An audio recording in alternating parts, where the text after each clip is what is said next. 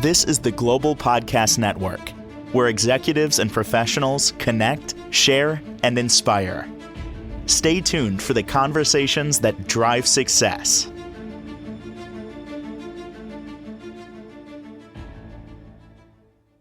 Welcome back to the show, Restorative Justice, Trauma, Spiritual Evolution. That's right. We're back with Lisa Johnson, and we are exploring a profound journey of evolution with her, a family psychotherapist and author of her upcoming memoirs called My Relationship with Oprah, My Own Evolution of Restorative Justice. Lisa, thanks so much for being here and, of course, sharing your powerful story all these weeks.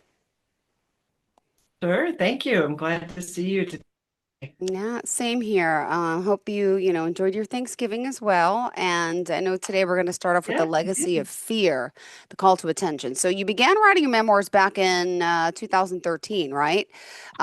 You were going yes. through your mother's mobilization and her coping mechanism, which was, I can't do anything about it, so I'm trying not to pay attention. Now, as a therapist, how did you turn this legacy of disengagement into a commitment to restorative justice, for yourself? So over the years throughout my recovery, using both the steps and the traditions and working around, how did I get into these negative patterns in the first place? I realized that there's a physical decline related to my emotional disconnection. My mother, over the years, she was a very active, involved in the community person early in my life. And, Mm-hmm. whatever I wanted to be involved with, she would become a leader and create an opportunity for me, like become the 4-H leader, Girl Scout leader. But what I saw in 2013 was a woman who had stopped trying. She had given up. She had stopped trying to make a difference in the world. And so for me, restorative justice was about repairing the harm to myself first, that inherited pattern of disconnection. At the time that I was beginning to write this, I have passages where I'm saying, here I am with my 12-step sponsor and my sponsee, and we're doing the Oprah Deepak 21-day got meditation challenge, and it was all about pay attention, be here now, and be fully present. And here's my mom, where I'm asking her, what it's like for her, where she's, immobilized, unable to lift her butt so you could change her diaper. That's how bad she had gotten in the end in terms of unable to care for herself because she didn't do the work of taking care for herself. She stopped trying. And so I just felt really disconnected and from my own body, and I learned that I need to be powerful beyond measure, not disempowered. I saw my mom disempowering herself. So I flipped the feeling of powerless in my own physical and spiritual agency through recovery. Well, thank you for sharing this. And you mentioned this, it was a bike ride. What was that specifically? So one of the things that I learned how to do was kind of trick myself into exercising. For example, I would find my friend was diagnosed with multiple sclerosis, and she became involved in trying to find a cure, Mm-hmm. fundraising for the MS Society. And so I joined the team, and I trained and trained and trained all year long for the MS ride, the Pedal Los Pueblos here in New Mexico, which Ah, was a 75-mile bike ride over 2 days, or 150 if you were that ambitious, in the northern New Mexico mountains. It was this beautiful bike ride, but I spent all year long getting up every day, riding a little further to train for that bike ride in the end of the year. And that was kind of how I tricked myself into exercising and really, I'm not a big fan of exercise, believe it or not. But I found that my mother sitting there and being immobile compared to, who do I want to be when I grow up? Do I want to be like that? And so I learned that I am powerful beyond measure, that I can choose self-care, movement, spiritual health. So every time I got on my bike and tried really hard, I became an advocate for power, not an advocate for powerlessness. My son heard me talk about working hard to become not like my mom. And so, I hate that he got this negative story about my mom, but it's what he saw of her life, from the day she met him for the first place. She could only hold him for like 10 minutes because her body just didn't have the strength to be able to hold my, 10-pound baby. So it was very difficult. Well, your So then I physical. discovered, Oh, go go ahead. ahead, go ahead. No, go ahead, go ahead. So what I was going to say, then we're going to go into the quadrinity. The quadrinity is Sure. an interesting shift Yeah. from the 12-step model. And what is that? You said you use the Hoffman process, right? So that focuses on the quadrinity, which is the physical, emotional, intellectual, spiritual, which is all used to treat, relational trauma. And you said your fear of was becoming, the resentful caregiver, like your father, right? So, tell us a little about your time at the Hoffman because that forced you to kind of bury the pattern, right, of caring for others before yourself, and maybe how this process allowed you to transition from the role of exhausted fixer to someone who's focused on authentic self-repair. Exactly. So when you look at the 12-step model, they talk about that it's a a physical manifestation of a spiritual problem. And when my husband went through the Hoffman process, I saw such a difference in his demeanor. Yep. Like I mentioned last time, that he went from having fear-based uh, dreams to laughing in his sleep. And so just at the time when my mom was unable to care for herself and she was in a nursing home, and I was watching my dad, struggle to try to take care of her even to the Yep. last days, still looking for ways to motivate my mom to take care of herself. After Yeah. 62nd some years of living together, he still was struggling to try to do that. And I had to learn how to break that pattern of caring for other people before caring for myself. And so going into the Hoffman process, I really had to, I was, even as I led up to the day that I was entering in there, I was involved in trying to Yeah. help one of my clients through adult protective services so that she could get care for herself. And as soon as I knew that she was cared for, I turned off the phone and I had this week-long process of giving up these old Yeah. negative love patterns, these ways of changing, trying to control the world, and and I came through that with this renewed sense of vibrancy. And it started with being attracted to some of the Yeah. men in the process. I Mm-hmm. realized that my desire hadn't been killed with menopause. It had just been suppressed because I was in a marriage that was pretty affectionless. And so Wow. even though I went to the Hoffman process to try to cure my marriage or to heal my Mm-hmm. marriage, I gave myself 3 years to use all of the tools of the Hoffman process to see if I could change the conditions that I brought into the relationship from these patterns I learned from my parents, in order to create a marriage that I really wanted. And Chris and I together went through a relationship process at the Hoffman process. And basically, they said to him, he needs to step up and take Mm. more control, and I need to step back. And I took Wow. that 3 years to try to step back and not be the one Mm-hmm. Of who's always, controlling everything and driving the bus and setting direction, course. and let guide where we were going to go as a family. And what I found by letting him guide where we were going as a family was we didn't go anywhere. We just kind of stayed still. And I really wasn't satisfied with my relationship. It wasn't I really worked for those 3 years to try to create a Yeah. life that I want, with conscious, accountable action. So, where are we at? Well, you. Renewing of the vows. Yeah, I mean, so yeah, the renewal of your vows, should I say, this was you said 1 week right after Chris's return. That was really symbolic because you Yeah. corrected two things, the vows And the dress.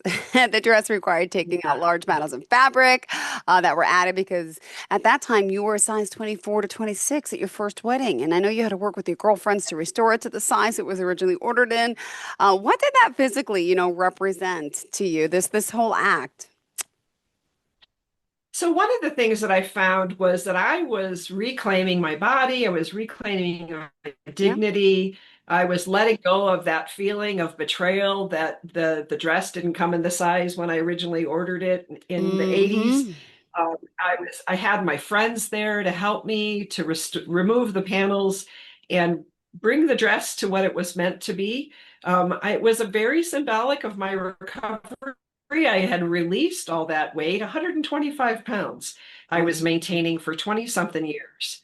Wow. So that community of women of supporting me, coming around as we renewed our vows, I really was entering into this chapter of my life with my husband at the beginning of that 3 year process with a lot of hope and a lot of Yeah. intention. I started a graduate group, and it was really a a symbol of the marriage that I was going to try to heal my marriage by letting go of those old patterns and letting go of the old weight, letting go of those panels in my wedding dress and showing up different.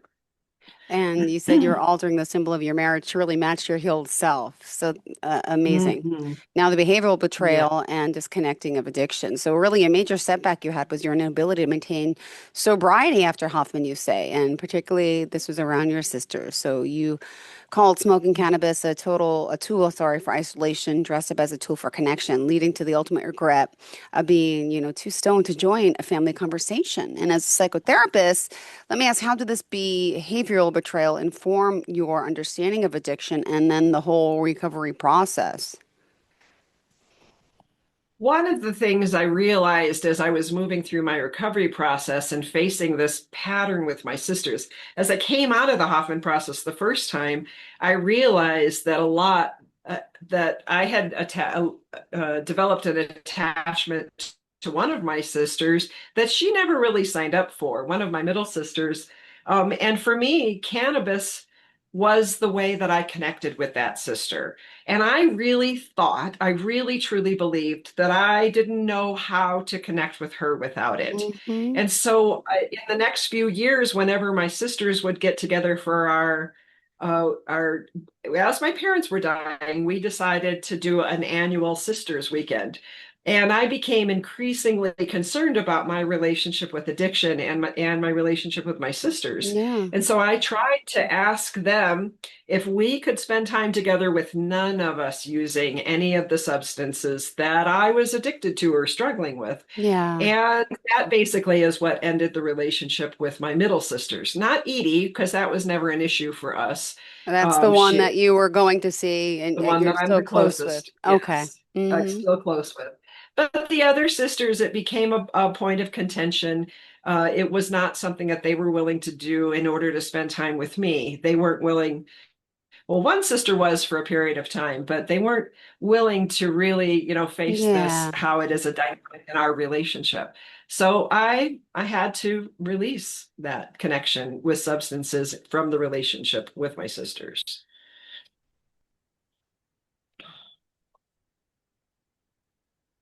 Oh, you there? Yeah, I'm Okay. here. Go ahead. Go ahead. You just froze a sec, so I missed whatever you said if you said something. That's okay. So one of the things I tried to do as I left the Hoffman process during that 3 years is to establish positive Hmm. patterns.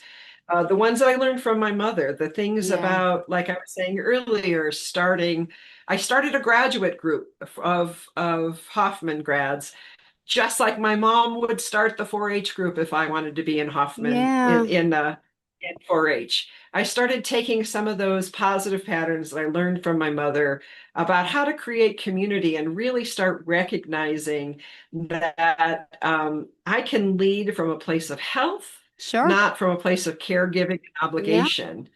So when I integrated these lessons, my mother I went from a place of despair to community leadership. I got involved in the Hoffman process. I also got involved in trying to change the conditions in our behavioral health system that had just been attacked by our governor and depleted most of our behavioral health services here in New Mexico. Yeah. I really started taking action in my community to make the world a better place, from leading from a place of abundance and health, not from obligation or fear. The final step in truly becoming my own mom was to be present, powerful, and deeply connected with myself and the people in my life. Wow. Thank you. Last part. Go ahead. Mhm. I'm sorry, we're on a So, delay. So are we ready for the spiritual revolution? I don't want to jump the gun. yeah, we're Uh, good. Perfect. All right. So now we're talking about the manifesting of a new vision as well. And you then found the IntenSati love and action videos, you said, integrating them with this quadrinity model, which I want to hear more about. And you said this really helped you transform. I mean, this was it. Describe, how this method, which, it pairs exercise with affirmations, really helped restore justice Hmm. for you as a tool to help your mind and body. Thank you. Hmm. So IntenSati stands for intention, and Uh, sati is the Sanskrit word for mindfulness. Okay. The idea behind it, spiritual fitness, was invented by Patricia Moreno. She was one of the highest paid exercise leaders in New York City, one of Oh, the wow. biggest um, series places in New York City. And she was having negative body relationships. She was feeling shame about her body. And she was thinking, if I don't have it figured out, then there must be something else. And so she Yeah. started looking for a spiritual solution to her real emotional relationship with her body. And so I found this set of love and action videos. I'd found one video when Jacob was little, a DVD of one episode of IntenSati, and I used it every time I needed a reset, every time I needed to get reconnected and get motivated to really do something physical again. And so when they produced the Love and Action series, that series is based on the chakras, the seven chakras in Hindu health and wellness model. And it incorporated the quadrinity model because it would talk about the emotional and the intellectual and the body and the spirit. So that four parts healing process, three parts in the 12-step model, four parts in quadrinity. IntenSati brought that all together for me. And so by creating a physical movement with the intellectual affirmation, I was replacing my negative self-talk with empowering truths. The spiritual focus aligned with the chakras, sealed in my change. This isn't exercise about just changing the way your body is. It's not about losing Yeah. weight. It's about the way you think and the way you feel about your body and creating a life for yourself. So that I wasn't a powerless victim of circumstance. I am a conscious co-creator of the life that I want to create. It Amazing. was very powerful. Absolutely. Really. Now, Lisa, I got to bring up, of course, the memoir. It's called My Relationship with Oprah, My Own Evolution of Restorative Justice. And that really is just, it's the testament to the power of self-determination and all you've accomplished. So, Mhm. let's, if you can, tell me a little bit more about the memoirs for people out there who, are interested because this is just, it can help so many people. Thank you. Well, I think when I started working on the memoirs in 2013, it was a part of the beginning of me trying to resolve this relationship with my body and my mind. And at some point, I had felt like I was dragging my husband Yeah. along, and eventually, I decided at the end of that 3 years. I was going to do something. I decided when I left Hoffman, by 3 years, if I'm not happy, I'm going to do something Yeah. different. I didn't know what the different was yet. But what it was buying this house on the actual 3-year anniversary of me graduating from the Hoffman process. I Ah, bought this house that I have my home office in now. So I've combined my private practice with my home. It's just 2 blocks from where I used to work and a half a mile from where I used to live. And that was my celebration of taking that ownership of my new home and my new life and really investing in myself. At the time, brought Chris with me, and I said, come on down. And I realized that Chris, even though he was following along, like I said, if you don't want Yeah. this house, then I was like, if you want this house, then you make arrangements for the mortgage. Good. And he did. And so I accepted the truth that his behavior said that he wanted to help with, that he was invested in the house. However, for the last 10 years, I had been hanging mistletoe around the neighborhood and sending out cards to everybody in the neighborhood and inviting them to find the mistletoe with somebody that they like to kiss every holiday. I just did this last week. I've hung mistletoe around my neighborhood again for the 15th year in a row. And my husband had never taken me on the mistletoe walk. And I realized this man isn't going to drive the bus of our relationship. He isn't really going to take any kind of ownership. He's going to be a follower.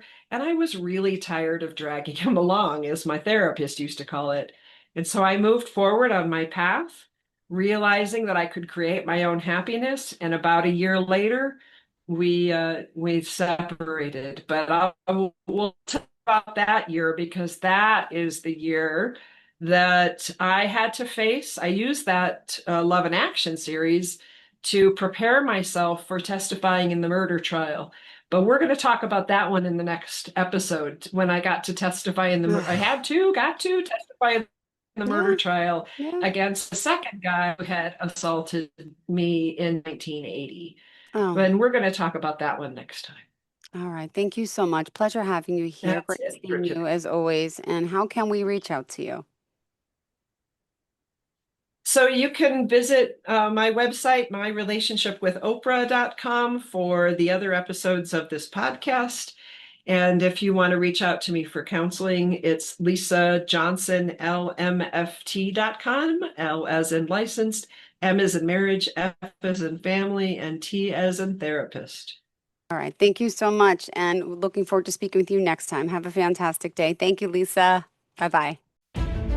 This is the Global Podcast Network, where executives and professionals connect, share, and inspire. Stay tuned for the conversations that drive success.